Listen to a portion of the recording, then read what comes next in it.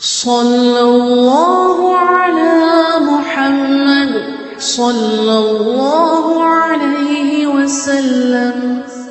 സല്ലല്ലാഹു അലാ മുഹമ്മദ് സല്ലല്ലാഹു അലൈഹി വസല്ലം.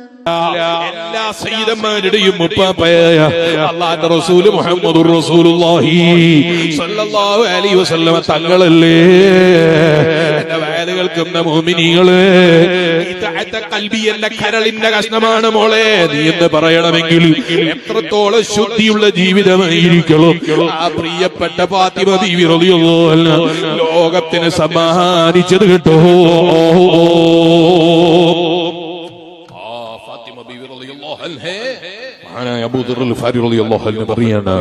ഞങ്ങൾ നാലാളുകൾ കൊണ്ടുപോയിട്ടാണ് ഖബറിലേക്ക് കൊണ്ടുപോകുന്നത്.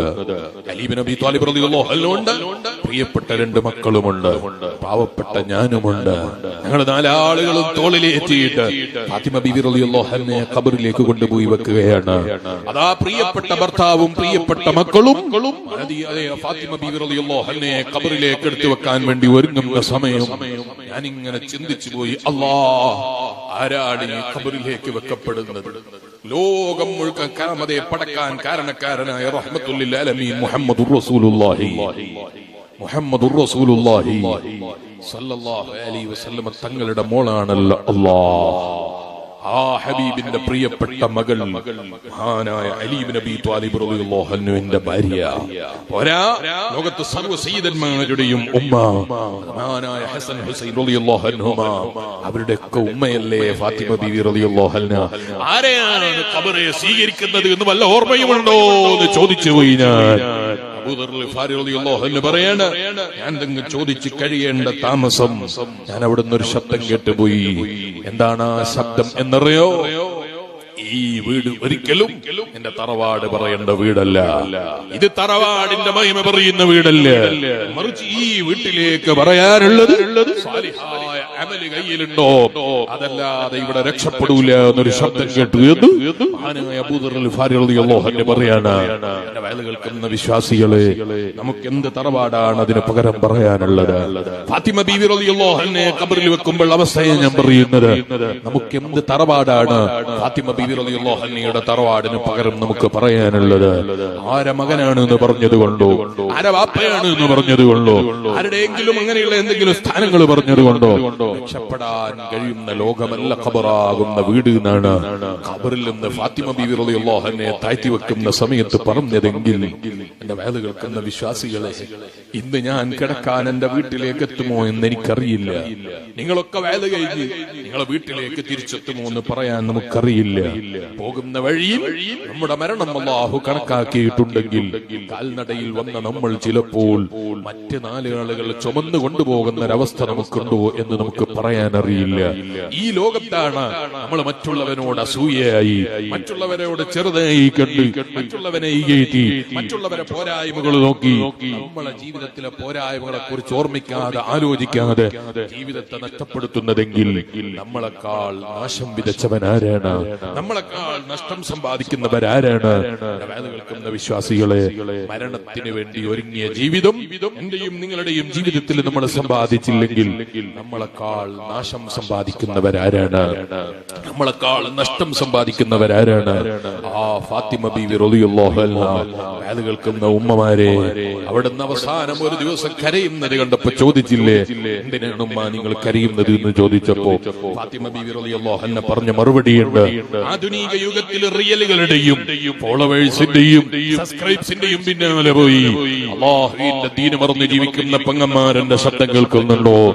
ആഖിറം മറന്നുകൊണ്ട് ജീവിതത്തിലെ എല്ലാ മേഖലകളിലേക്കും പെണ്ണായ എനിക്കും അധികാരമുണ്ട് എന്ന് പറഞ്ഞു ആളുകൾക്കിടയിൽ അതാ നമ്മുടെ ശരീരത്തിന്റെ ഭംഗിയെടുത്ത് കാണിച്ച് നോക്കടോ എന്നെ, എന്നിട്ട് ലൈക്ക് അടിക്കടോ, എന്റെ ബഹുമാനം പറയടോ, എന്റെ ഭംഗി പറയടോ, എന്റെ ഭംഗി നോക്കിയിട്ട് ലവിന്റെ ചിഹ്നം അയച്ചു തരൂ എന്ന് പറഞ്ഞ് ആളുകൾക്കിടയിലേക്ക് ഇറങ്ങി ഇറങ്ങിച്ചെല്ലുന്ന മുസ്ലിം പെൺകുട്ടികളുണ്ടെങ്കിൽ, അള്ളാഹുവിനെ മറന്ന് ജീവിക്കുന്ന ഏതെങ്കിലും പെങ്ങന്മാരുണ്ടെങ്കിൽ, അള്ളാഹുവിന്റെ ദീനിന്റെ നിയമമാണ് പറയുന്നത്.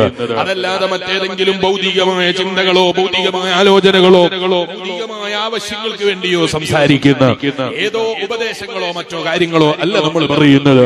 അള്ളാഹിന്റെ ദീനനുസരിച്ച് ജീവിച്ച് കാമില ഈമാനോടെ മരിക്കണം എന്ന് ആഗ്രഹിക്കുന്ന ഏതെങ്കിലും പെങ്ങന്മാർ അത്തരക്കാരുടെ കൂട്ടത്തിൽ എന്റെ ശബ്ദം ശ്രവിക്കുന്നവരുണ്ടെങ്കിൽ, ആ ഫാത്തിമ ബീവി റളിയല്ലാഹു അൻഹ കരഞ്ഞതിനെ കുറിച്ച് ചോദിച്ചപ്പോൾ ഒരു ദിവസം കൊടുത്ത മറുപടി എന്താണ് എന്നറിയോ? എന്തിനാണ് ഫാത്തിമ ഉമ്മ കരയുന്നത് എന്ന് ചോദിച്ചപ്പോ മഹദിയായ ഫാത്തിമ ബീവി റളിയല്ലാഹു അൻഹ കൊടുത്ത മറുപടി എന്താണ് എന്നറിയോ?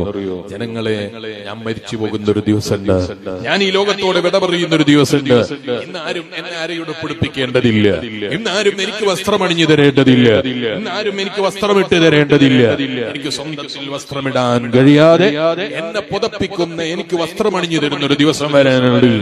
ഞാൻ ചിന്തിക്കുന്നത് എന്താണ് എന്നറിയോ? എന്റെ ബോഡി ഷേപ്പ് എടുത്ത് കാണിക്കുന്ന രൂപത്തിലുള്ള മയ്യത്തായി എന്നെ ചുരുട്ടിക്കെട്ടിയിട്ട് ഖബറിലേക്ക് കൊണ്ടുപോകുന്ന സമയം സഹാബത്ത് എന്റെ ശരീരത്തിൽ അതാ ടൈറ്റാക്കി കെട്ടിയ മയ്യത്തിന്റെ കഫൻ തുണി നോക്കുമ്പോ എന്റെ ബോഡി ഷേപ്പ് കാണുമോ എന്ന് ഞാൻ ഭയപ്പെടുന്നു എന്ന് പറഞ്ഞു കരഞ്ഞ ബീവിയാണ് സയ്യിദത്തിന ബീവി ഫാത്തിമ റളിയല്ലാഹു അൻഹ. എന്റെ വയല് കേൾക്കുന്ന ഉമ്മമാരെ, നമ്മൾ ആരുടെയെങ്കിലും ഉപദേശങ്ങളോ ആരുടെയെങ്കിലും നിർദ്ദേശങ്ങളോ ഏതോ നിരീശ്വരവാദികളുടെ വാക്കുകളോ കേട്ടിട്ട് അതാണ് ലോകം എന്ന് ചിന്തിച്ച് അള്ളാന്റെ ദീനിനെതിരെ വിലങ്ങ് സംസാരിക്കുന്നവനായാൽ, അള്ളാന്റെ ദീനിന് വിലങ്ങ് പറയുന്നവനായാൽ, അള്ളാന്റെ ദീനിന് വില കൽപ്പിക്കാത്തവനായാൽ, കേൾക്കുന്ന പെങ്ങന്മാരെ ഫെമിനിസ്റ്റുകളാണെന്ന പേരിൽ അല്ലെങ്കിൽ ഏതെങ്കിലും എത്തിസ്റ്റുകളാണെന്ന പേരിൽ ഞങ്ങൾ ഭയങ്കരന്മാരാണ് എന്ന് ചിന്തിച്ച് നീ മുന്നോട്ട് പോകുമ്പോ ഒരൊറ്റ കാര്യം എനിക്ക് ചോദിക്കാനുള്ളൂ. നിനക്ക് തടയാനും നിന്റെ മുന്നിൽ വരുന്ന പ്രയാസങ്ങൾ മാറ്റി നിർത്താനും കഴിയുന്ന ഏതെങ്കിലും ഒരു ശാസ്ത്രത്തെ, ഒരു സെക്കൻഡ് നിന്റെ പ്രയാസത്തെ മാറ്റി തരാൻ കഴിയുന്ന ഏതെങ്കിലും ഒരു ശാസ്ത്രത്തെ നിനക്ക് ലോകത്ത് കാണിക്കാൻ സാധിക്കുമോ? മാറിക്കൊണ്ടിരിക്കുന്ന ശാസ്ത്രത്തെ വിശ്വസിച്ചിട്ട് അതിന്റെ പിന്നാലെ പോയി അല്ലാഹുവിനെ നിഷേധിക്കുന്നവനും നിഷേധിക്കുന്നവളുമായി വിരലകടിക്കേണ്ട ഗതികേട് ആഖിറത്തിൽ സമ്പാദിക്കുന്ന പെങ്ങന്മാരായി. ഓ എന്റെ മുസ്ലിം പെൺകുട്ടികളെ, എന്റെ മുസ്ലിം പെങ്ങന്മാരെ, ഒരിക്കലും നമ്മൾ അതപ്പതിച്ചു പോകരുത് എന്ന് മാത്രം ഈ സമയത്ത് നിങ്ങളോട് ഓർമ്മപ്പെടുത്തി ഞാൻ എന്റെ വാക്കുകൾക്ക് വിരാമം കുറിക്കുന്നു. അല്ലാഹ് കാമില ഈമാനോടെ ജീവിച്ച് കാമില ഈമാനോടെ ഭരിക്കുന്ന സ്വാലിഹീങ്ങളുടെ കൂട്ടത്തിൽ മഹലായ ഫദ്ലുകളുണ്ട്. ഞങ്ങളെയും ഞങ്ങളെ ഇഷ്ടപ്പെടുന്ന സർവ്വ മുഅ്മിനീങ്ങളെയും അല്ലാഹ് നീ പെടുത്തി അനുഗ്രഹിക്കണം റഹ്മാനേ.